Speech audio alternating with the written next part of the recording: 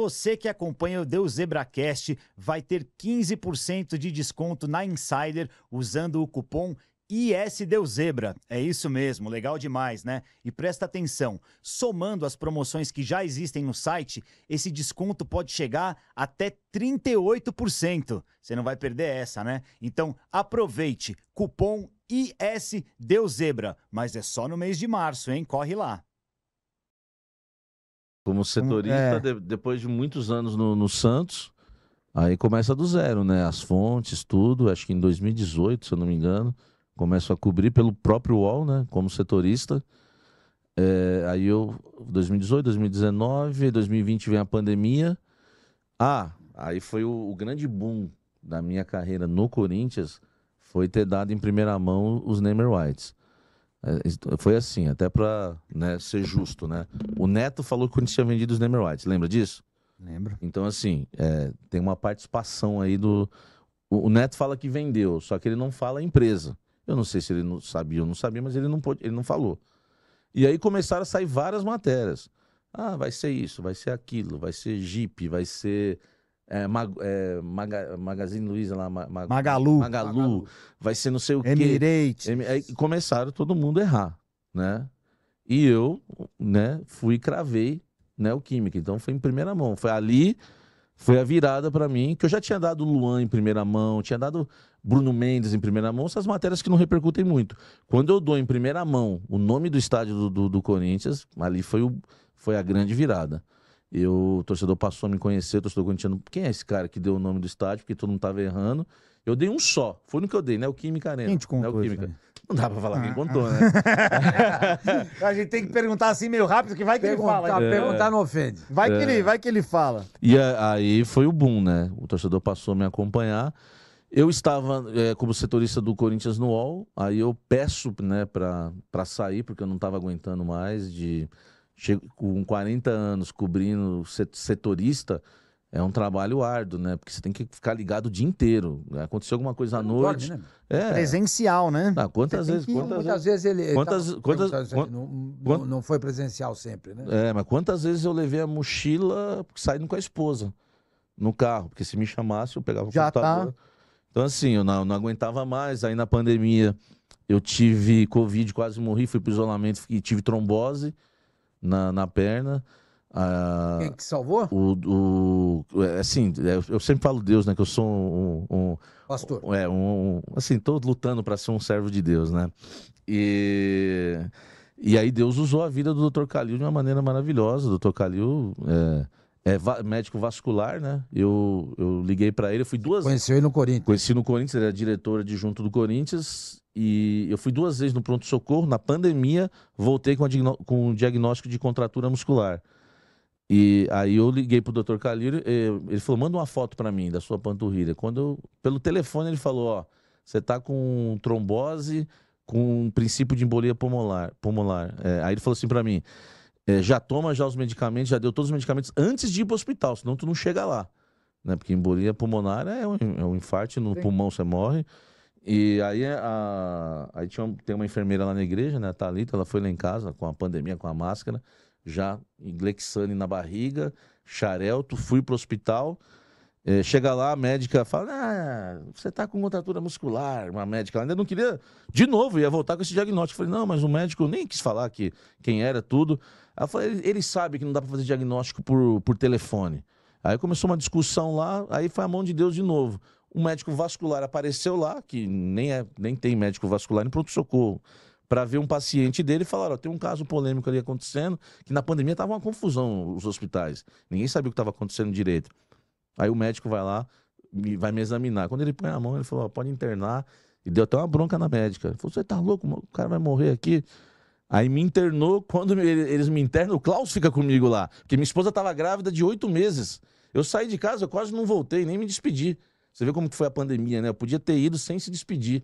Porque eu fui achando que ia ter um probleminha na perna e voltar. Acabei no isolamento. Aí o Klaus ficou comigo nos 3 primeiros dias que eu estava só com trombose.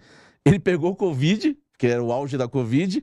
Aí ele sai, porque eu vou pro isolamento depois. Aí ele tem que ir embora, eu vou pro isolamento. Eu falei pra doutora, eu vou morrer lá, eu já tô com trombose. Se eu pegar a Covid lá... Ela falou, não, mas você é suspeito. Aí realmente eu tava com com Covid. Eu não conseguia andar, não conseguia respirar. Foi coisa de Deus mesmo, que eu recebi alta eu recebi a alta no dia do meu aniversário, né? Até teve uma irmã da igreja que falou assim, como Deus é caprichoso, né? Tantos dias para você receber alta. Eu recebi alta no dia do meu aniversário. No dia do seu aniversário. Dia 18 de abril. E aí a minha filha nasce no dia 22. Eu saio de cadeiras de roda do hospital no dia 18 e volto mancando lá, uma perna sola pulando para vê-la nascer no dia 22. As enfermeiras fizeram uma festa lá, foi uma bênção. Foi um milagre de Deus, né? Assim, você fez café para elas? Ah, com certeza. Bolo. Você achou que você ia morrer? Passou pela tua cabeça? Ah, passou. Passou mesmo, Samir? Passou. Você falou, meu, fudeu. Não, já me despedi. Eu cheguei e falei pro Klaus, ó, Klaus. Até me emociona. Eu mandei alguns recados, né? Falei, ó, porque tava todo mundo pro isolamento, ninguém voltava, né? Eu com a trombose ainda. Eu tinha esse agravo também, né? E aí eu dei alguns recados, né? Falei, ó, fala pra minha filha lá que a que eu mais orei foi por ela, porque eu orei todos os dias, né? O meu filho, eu muito jovem, né? Eu tive uma vida meio vida louca, viu? Em Santo André, pá. Não, é verdade, assim, uma vida louca assim de... E o meu filho nasceu com problema de audição, e eu me culpava muito. Isso há 24 anos, né? E aí o que acontece? Eu e a minha esposa, a gente não tentou mais, né? Porque a gente ficou com medo, né? Algum problema, tal. Ela já abdicou a vida dela já para cuidar, fonoaudiólogo para cá, para lá, aquela correria toda.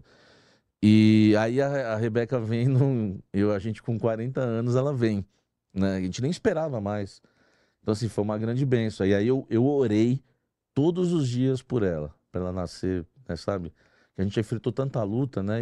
E foi bom que eu conheci a Deus através dos problemas que eu tive, somente com a vida do meu filho, né? Eu me culpava muito, enfim. E eu lembro que eu estava lendo um texto, eu fui ler a Bíblia assim, e eu era mó preconceituoso com o evangélico, tudo. E eu lembro que eu fui ler no Evangelho de João, lá estava escrito, né? Tinha um cego lá que levaram para Jesus, e era exatamente a culpa que eu carregava comigo, assim, que eu achava que eu era o culpado. E aí eu fui ler, o texto estava escrito assim, levaram um cego para ele e falaram, quem pecou? Perguntaram para Jesus, os discípulos, o pai ou a mãe para ele nascer assim? Aí Jesus respondeu, ninguém pecou. Isso teve que acontecer para eles conhecerem a glória de Deus. E foi exatamente o que aconteceu na minha vida. Foi um reviravolta na minha vida. Não era para eu estar aqui hoje com vocês, entendeu?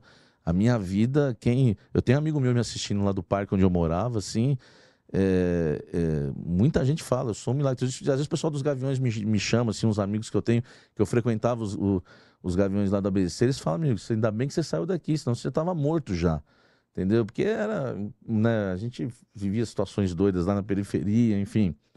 E então foi um milagre na minha vida, assim, né? Eu me converti, tinha essa questão do meu filho. Aí eu até lembrei que você falou, né? Você achou que ia morrer, né? Eu falei pro Klaus, ó, fala pra minha filha, se eu não voltar, que eu orei todos os dias por ela, né? Pra que ela nascesse. E nasceu uma bênção, tudo, não teve problema de audição, nada. Foi... Realmente Deus, quando faz as coisas, ele sabe o que tá fazendo. E meu filho nasceu com problema de audição, mas é super feliz. Ele tem quantos anos hoje? Tem 24, corintiano, né? Batalhei bastante porque quase virou santista, porque o Roberto Brum frequentava a minha casa e ele era criança na época do Neymar, então frequentou minha casa. Difícil. Foi duro, hein? Pô, Duro. eu pegava culto assim na minha casa, tinha um Rafael Goleiro na minha casa, o Roberto Brum, Fábio Costa. Assim, então assim, ele tinha tudo pra virar santista. Aí eu falava pro Brum, não vai dar a camisa do Santos pra ele. Aí o Bruno respeitava. Não, teu pai não deixa. Aí, que legal. E o Roberto Bruno foi um dos pastores que me consagrou pastor, né?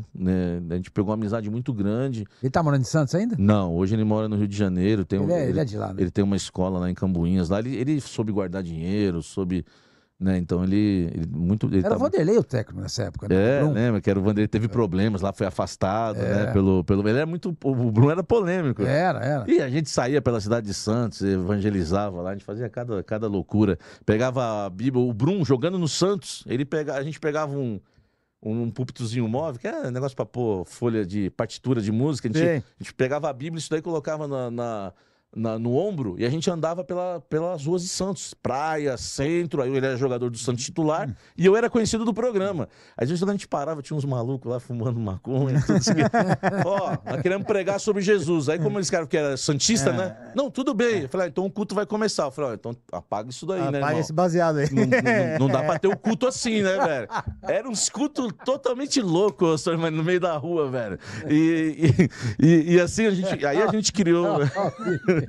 Falei, não dá. Aí os caras dispensavam bebida, assim, dispensavam. E o Brum era totalmente louco, ele tinha dinheiro. A gente pegava um morador de rua. Cara, a gente fez cada coisa assim, maravilhosa. Você quer mesmo mudar de vida? Quer Jesus? Aí eu contava a minha história, que Jesus fez na minha vida. O Brum, você quer? O Brum, eu colocava o cara no meu carro, levava o Brum, pagava o hotel pro cara, depois a igreja arrumava um emprego, o cara mudava de vida. Que legal. Era uma loucura. Aí depois ele vai embora, né? E aí... Você tem falado com ele? Tenho. Assim, a gente fala pouco, né, por causa da distância, mas eu já fui no Rio de Janeiro muitas vezes lá, preguei na igreja dele, né. Que legal, eu me identifico muito com umas pessoas como você, que tem uma fé e não espera nada em troca, sabe, material, não tem essa... Porque, puta, tem coisa que me deixa triste, é saber que tem gente que explora a fé das pessoas. Isso, pra mim, é o maior pecado que uma pessoa pode fazer na vida. E é muito legal ver, porque ele fala... Você vê isso, ele fala, sai natural, tá do coração. Isso eu acho muito bonito. Não tá esperando nada em troca. Eu acho muito legal. Não espero nada em troca, até porque isso aí tem um nome. Gratidão. Eu não era pra eu estar aqui, era pra eu estar morto. Minha esposa sabe, meus amigos sabem, não era pra eu estar aqui. Eu virar um jornalista, eu fugi da escola. Eu lembro que eu fui apresentar um trabalho na faculdade e não tenho vergonha de falar, porque foi Deus que mudou a minha vida. Hoje eu tô no maior portal do país, no UOL, escrevendo lá. Mas eu na faculdade, no primeiro ano, eu fui apresentar um trabalho, eu falei, nós vai. A professora falou assim, ó o seu Creiço da sala. Todo mundo deu risada, eu fiquei humilhado. Assim, eu falei, meu Deus, velho. E eu fui aprendendo no caminho, porque eu fui aquele camarada que ia só na porta da escola. Entrar ou não entrava, entendeu? Então assim, dei trabalho, mas então é tudo gratidão. É tudo gratidão, não preciso de nada. Aliás, lá na igreja que a gente congrega lá, e o Klaus congrega lá também agora, o Sormani, lá a gente não fala em dinheiro no culto. Entendeu? Não tem um momento, não passa sacola, não tem nada. Não tô falando mal de quem faz isso, tá? Só tô falando que é uma coisa que Deus colocou pra gente lá, que é uma grande bênção. O visitante vai lá e não fica constrangido, entendeu? É uma bênção que, né, a gente vive lá, é uma experiência. Então é gratidão a Deus, porque, ó, depois eu já convertido, ainda Deus me salva novamente na questão da Covid. Eu sei que foi, muita gente morreu, a gente ficou muito triste com isso. São propósitos de Deus, né? São propósitos de Deus. Sem dúvida nenhuma. Né? Deus me quer mais um pouquinho aqui. Senão tinha ido também, entendeu? Não sou melhor que ninguém, não. É que Deus falou assim, não vou dar um mole pra esse cara, não. O céu é muito bom, vou deixar ele mais um tempo ali. Já que você tem uma relação tão próxima com ele, lembra ele que o Corinthians tá precisando dar uma deslanchada aí esse ano. Não, vai que sobra tempo. Não, e a Bíblia tem dois. A Bíblia tem primeiro aos Coríntios. Isso. Primeiro aos Coríntios. Quando eu era moleque, o Corinthians tava na fila, né? A brincadeira era assim, né? Corinthians perde até na Bíblia, como é que era? Coríntios 1, versículo 2. É verdade, 1 Coríntios, capítulo 1, versículo 2. Mas os caras, essa era a gozação da época, entendeu? Isso. Corinthians não ganha, perde até na Bíblia, Coríntios 1, versículo 2. Os caras brincam da questão da Bíblia, a gente tem as piadas de crente, né? Que o pessoal brinca, porque primeiro aos Coríntios, né? Tem segundo, mas aí tem um texto que fala sede santos, que é sede santos, ser santificado. Aí então sede santos. Aí, só que o Botafogo ganha de todo mundo, né? Que é o Espírito Santo, né? Botafogo. Então